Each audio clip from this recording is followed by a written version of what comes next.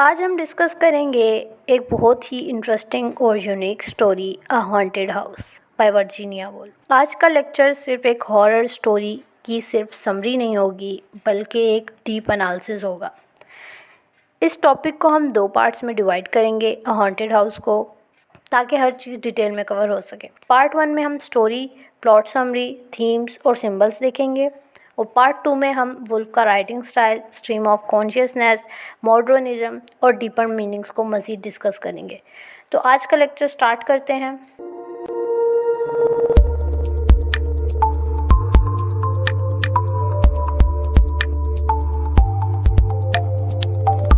First पे हम लोग इसकी समरी डिस्कस कर लेते हैं। पहले थोड़ा सा राइटर का बताऊंगी।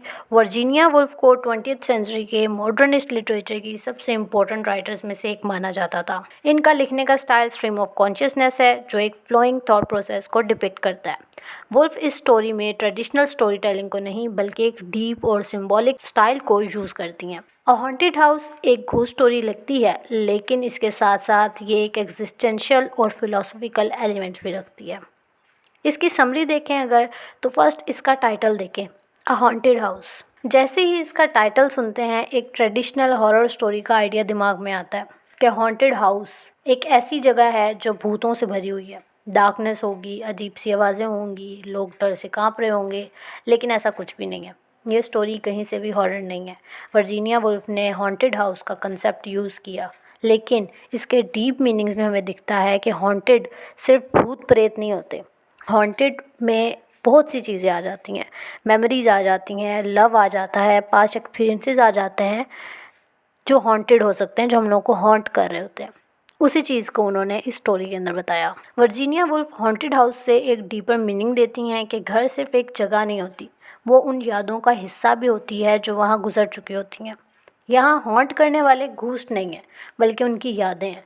ऐसा कितनी दफ़ा होता है कि हमारी लाइफ में कुछ मेमोरीज़ ऐसी होती हैं जिनको इंसान नहीं भूल पाता। वही मेमोरीज़ इस स्टोरी में दिखाई गई हैं। ये स्टोरी एक कपल के बारे में है जो एक पुराने घर में रहता है। हर चीज़ नॉर्मल चल रही होती है, लेकिन आहिस्ता आहिस्ता उनको महसूस होता है कि इस घर में उन दोनों के अलावा और कोई भी है। एक रात का वाक़या होता है। राइटर बताती हैं कि कपल सो रहा है और उनकी अचानक आँख खुलती है। पर्दे हिल रहे होते हैं, लेकिन हवा नहीं चल रही होती। कुछ आवाज़ें सुनाई देती हैं जैसे कोई चल रहा है। वो देखते हैं कि 2 शैडोज़ हैं जो इधर उधर चल रहे हैं और कुछ ढूंढ रहे हैं। ये एक और कपल होता है जो इस मॉडर्न कपल से पहले वहाँ रहता था। अब वो जो 2 शैडोज़ उनको दिखते हैं मॉडर्न कपल को, वो देखते हैं मॉडर्न कपल के वो 2 शैडोज़ कभी लाइब्रेरी में जा रहे हैं, कभी ड्राइंग रूम में जा रहे हैं, कभी किचन में जा रहे हैं, कभी गार्डन में जा रहे हैं। कुछ ढूंढ रहे हैं वो लोग, जैसे उनका कोई कीमती ट्रेजर है और वो हिडन है और वो यहीं रह गया। मरने के बाद भी उनको वो भूल नहीं पाया, वो ढूंढ रहे हैं उसको। अब कपल को लगता है, जो मॉडर्न कपल होता है उसको लगता है कि मटेरियलिस्टिक चीज़ है, कोई गोल्ड, सोना चांदी वगैरह, कोई ख़जाने हैं, कोई इस तरह का ट्रेजर है जो ये लोग ढूंढ रहे हैं। लेकिन बाद में पता चलता है आहिस्ता आहिस्ता कि ये स्पिरिट्स जो हैं, ये उन लम्हों को तलाश कर रही हैं जो उन्होंने एक दूसरे के साथ गुजारे थे। ये अपनी मेमोरीज़ को तलाश कर रही हैं। उनके लिए सबसे बड़ा ट्रेजर वो मेमोरीज़ हैं जो उस घर के अंदर थी। और फिर एंड पर हम लोगों को पता चलता है कि उस घर में गुजारे हुए सारे लम्हात की मेमोरीज़ जब उन शैडोज़ को, उन स्पिरिट्स को मिल जाती हैं, तो वो हवा में वैनिश हो जाते हैं। अब इस स्टोरी को सिर्फ एक हॉन्टेड स्टोरी समझना, इसका असल मकसद समझने में गलती होगी। वर्जीनिया वुल्फ एक और व्यू पॉइंट देना चाह रही हैं। फर्स्ट ऑफ ऑल, घर सिर्फ मकान नहीं होते, वो इन लोगों की यादों का भी हिस्सा होते हैं जो वहाँ रहते हैं। सेकंड, लव, प्यार, मोहब्बत या किसी के साथ भी आपकी अट्रैक्शन, चाहे वो माँ बाप हैं, बहन भाई हैं, क्लोज़ फ्रेंड्स हैं, हस्बैंड हैं, तो ये फीलिंग्स जो जेन्युइन होती हैं, एक मटेरियलिस्टिक चीज़ नहीं है, बल्कि वो जज्बात हैं जो हमेशा ज़िंदा रहते हैं, इवन आफ्टर डेथ।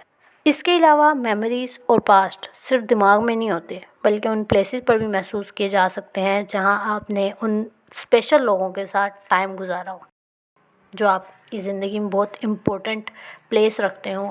जब स्टोरी का लास्ट सीन आता है और ये रूहें अपनी तलाश पूरी कर लेती हैं, तो एक हल्का सा सुकून महसूस होता है। इस घर की दीवारें धीरे से एक लफ्ज़ दोहराती हैं, safe, safe, safe. In short, Woolf ये कहना चाहती हैं कि जो मोहब्बत और यादें होती हैं वो कभी ख़त्म नहीं होती, वो जगह और चीज़ों में हमेशा ज़िंदा रहती हैं। यही वुल्फ का असल मैसेज है कि प्यार और यादें हमेशा रहती हैं, चाहे हम रहें या ना रहें। इसके अलावा ये एक फ़िलोसफ़िकल मैसेज भी है कि क्या घोस्ट वहाँ सिर्फ मेमोरीज़ की तरह थे या फिर लव और इमोशंस कभी मरते नहीं हैं। अब ये हम लोग डिस्कस करेंगे नेक्स्ट पार्ट के अंदर। वर्जीनिया वुल्फ की हर कहानी सरफेस लेवल पर सिंपल लेकिन डीपर लेवल पर कॉम्प्लेक्स होती है।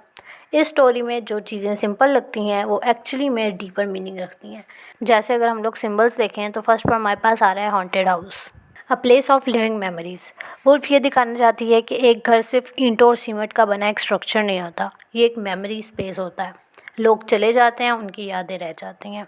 उसके अलावा घोस्ट ये क्या सिंबलाइज कर रहे हैं? Past and love that never dies. ये घोस्ट कोई स्केरी एंटिटी नहीं है, बल्कि एक रिमाइंडर है कि हमारी पास्ट लाइफ और लव कभी कम्प्लीटली डिसअपीयर नहीं हो सकते। प्यार सिर्फ एक फिजिकल एग्जिस्टेंस नहीं है, बल्कि एक फीलिंग है जो अमर रहती है। और एंड पर हम लोगों के पास आ जाता है सिंबल ट्रॉयर का। ये क्या सिंबलाइज करता है? Emotional and spiritual connection. Modern couple को पहले लगता है कि कोई मटेरियल चीज़ छुपी होगी इस घर में, वो स्पिरिट्स जो हैं वो ढूंढ रही हैं, लेकिन एंड पर उन लोगों को समझ आता है कि ट्रॉयर या तो लव है या फिर वो इमोशंस हैं जो किसी जगह या इंसान से जुड़ जाते हैं।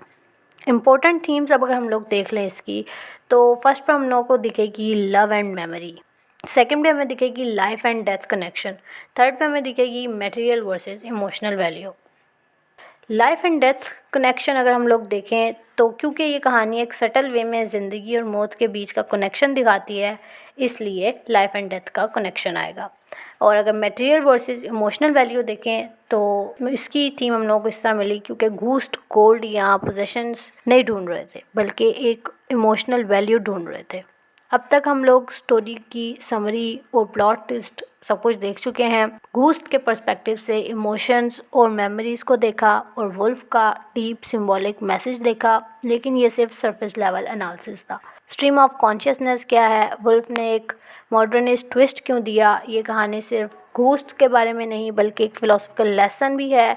ये सब हम लोग देखेंगे पार्ट 2 में। तो मिलते हैं नेक्स्ट लेक्चर के अंदर। पार्ट 2 का लिंक आप लोगों को इसी वीडियो की डिस्क्रिप्शन में मिल जाएगा।